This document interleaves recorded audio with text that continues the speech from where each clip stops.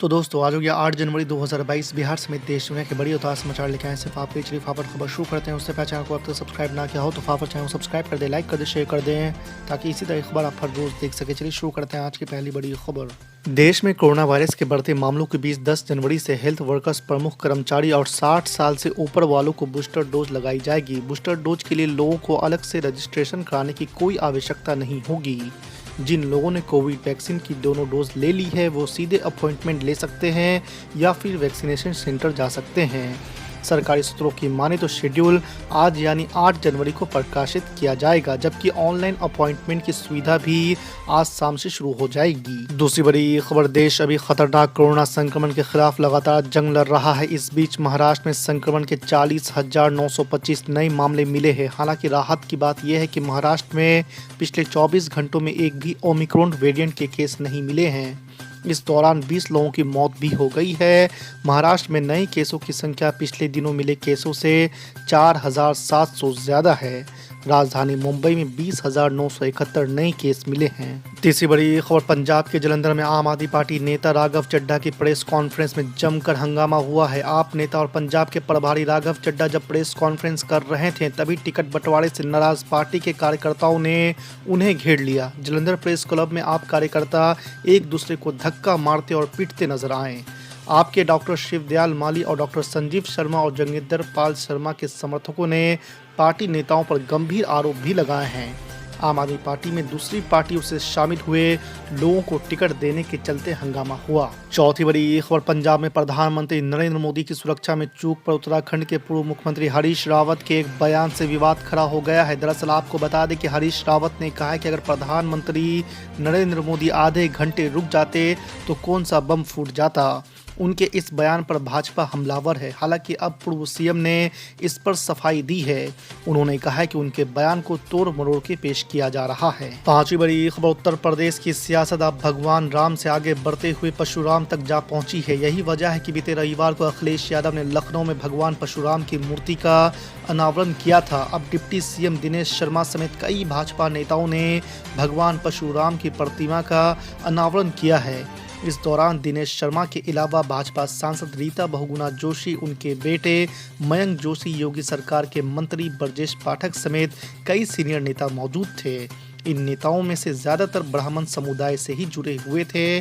माना जा रहा है कि ब्राह्मण बिरादरी को उत्तर प्रदेश चुनाव से पहले साधने की कोशिश में ही भाजपा ने यह कदम उठाया है। छठी बड़ी खबर, पंजाब में प्रधानमंत्री नरेंद्र मोदी की सुरक्षा में चूक के मामले पर कांग्रेस बैकफुट पर जाने के बजाय आक्रामक हो गई है। दरअसल आपको बता दें कि पंजाब कांग्रेस के प्रदेश अध्यक्ष नवजोत सिंह सिद्धू ने मीडिया से बात करते हुए पीएम मोदी पर सीधा हमला बोला है। उन्होंने कहा है कि आप सिर्फ भारतीय जनता पार्टी के ही प्रधानमंत्री नहीं हैं, आप सबके हैं। आपकी जान की कीमत इस देश का बच्चा बच्चा जानता है। सिद्धू ने कहा है कि आप इस राज्य का और इसकी पंजाबियत का ये कहकर अपमान कर रहे हैं कि यहाँ आपकी जान को खतरा था। सातवीं बड़ी खबर, सांसद आजम खां की बढ़ सकती है मुश्किलें, जमानत रद्द कराने हाई कोर्ट पहुंची यूपी सरकार। जी आपको बता दें कि यूपी के पूर्व कैबिनेट मंत्री आजम खां की जमानतें निरस्त कराने के लिए यूपी सरकार ने हाई कोर्ट में जमानत निरस्तीकरण अर्जियां दाखिल की है। इनमें से कुछ पर 2 फरवरी को सुनवाई होगी। आपको बता दें कि आजम खां के खिलाफ रामपुर में जौहर विश्वविद्यालय के लिए लोगों की ज़मीनें जबरन हड़पने के मामले में कई मुकदमे दर्ज है। इसके अलावा भी उन पर कई मामले दर्ज हैं। इनमें करीब 1 दर्जन मुकदमों में आजम खां को जमानत मिल चुकी है। आठवीं बड़ी खबर, मुख्यमंत्री योगी आदित्यनाथ ने कहा कि जब समाजवादी पार्टी सत्ता में थी तो इन्हें आतंकियों की चिंता होती थी। उन्होंने कहा कि सपा ने सरकार बनने के बाद अपने पहले फैसले में राम जन्मभूमि पर हमला करने वाले आतंकियों का मुकदमा वापस लिया था। योगी आदित्यनाथ ने कहा कि जब भाजपा की सरकार बनी तो पहले फैसले के रूप में अवैध बूचड़खानों को बंद करने के साथ महिलाओं और छात्राओं की सुरक्षा के लिए एंटी रोमियो स्क्वाड का गठन किया गया। नौवीं बड़ी खबर, बिहार में मंत्री मुकेश सहनी और कांग्रेस अध्यक्ष मदन मोहन झा के बाद मंत्री शहनवाज हुसैन भी हुए कोरोना संक्रमित। जी आपको बता दें कि बिहार के उद्योग मंत्री शहनवाज हुसैन, पशुपालन मंत्री और वीआईपी अध्यक्ष मुकेश सहनी के अलावा कांग्रेस प्रदेश अध्यक्ष मदन मोहन झा कोरोना संक्रमित हो गए हैं। शहनवाज हुसैन और मदन मोहन झा ने इसकी जानकारी ट्वीट कर दी है। वहीं सहनी संक्रमित होने की जानकारी वीआईपी प्रवक्ता देव ज्योति ने दी। 10वीं बड़ी खबर ऑल इंडिया मजलिस इत्तेहादुल मुस्लिमीन के प्रमुख बैरिस्टर असदुद्दीन ओवैसी ने कहा है कि उत्तर प्रदेश में आबादी के हिसाब से मुसलमानों को शिक्षा, स्वास्थ्य, रोजगार में समुचित अवसर नहीं मिला है। शुक्रवार को यहां गोमती नगर में एक होटल में असदुद्दीन ओवैसी ने अपने इस बयान में समर्थन में centre for development policy and practice के शोधकर्ताओं के साथ प्रेस कॉन्फ्रेंस कर एक रिपोर्ट जारी की है। इस रिपोर्ट में कहा गया है कि अन्य राज्यों के मुकाबले उत्तर प्रदेश में मुसलमान कुछ ज्यादा ही बदहाली के शिकार हैं। आपको बता रहा था कि ये सेकुलरिज्म के नाम पर आपके पास आते हैं। अच्छा, अब समाजवादी पार्टी क्या कर रही है? जहां कहीं शाम में मुस्लिम इलाकों में मैं सुना मुशायरा कर रहे हैं, हर जगह मुशायरा होता है। शायर आकर कलाम पढ़ता है, गंगा जमनी तहजीब, सेकुलरिज्म जिंदाबाद। अब बेचारा मुसलमान, अरे देखो कितना अच्छा बोला, मगर जब मुसलमान मुशायरे के बाहर निकलता है, अपने घर को जाता है, तो रास्ते में कोई उसको गाली देता है, ए मुल्ला कहां जा रहा है। उसको जब पता चलता कि यार ये तो मुशायरा था, शायर ने तो शेर कहकर दाद हासिल कर ली, मगर मुझे तो रोज ये अल्फाज और अशार सुनना पड़ते हैं, मुल्ला ये मुल्ला वो। गड़बड़ हो रहा है ना मेरे अजीज दोस्तों और बुजुर्गों, यही तल हकीकत है, इसको आपको समझने की जरूरत है।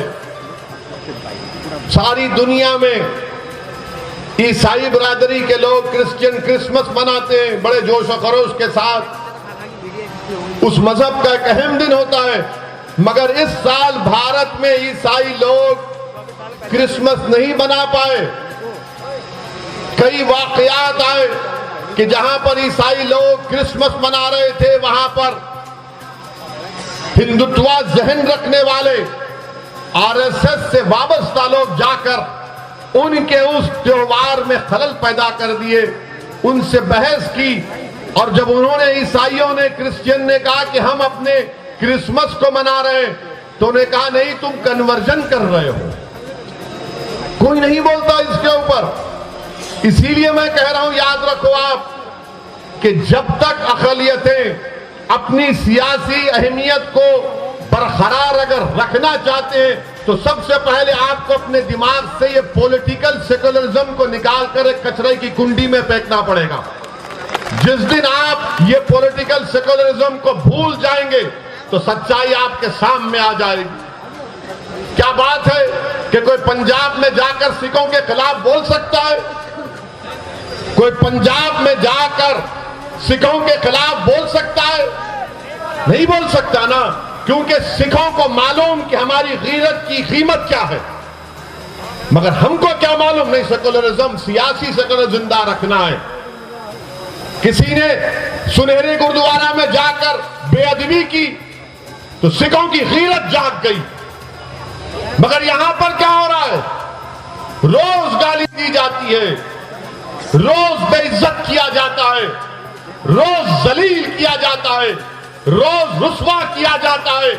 कोई रात ऐसी नहीं है जहां पर उस किसी बेटे की मां बेचैनी से करवटें ले लेकर अपनी रात नहीं गुजार देती फजर की अज़ान तक कि मेरा बेटा दूर है, कहीं जिंदा है या कुछ हो गया है।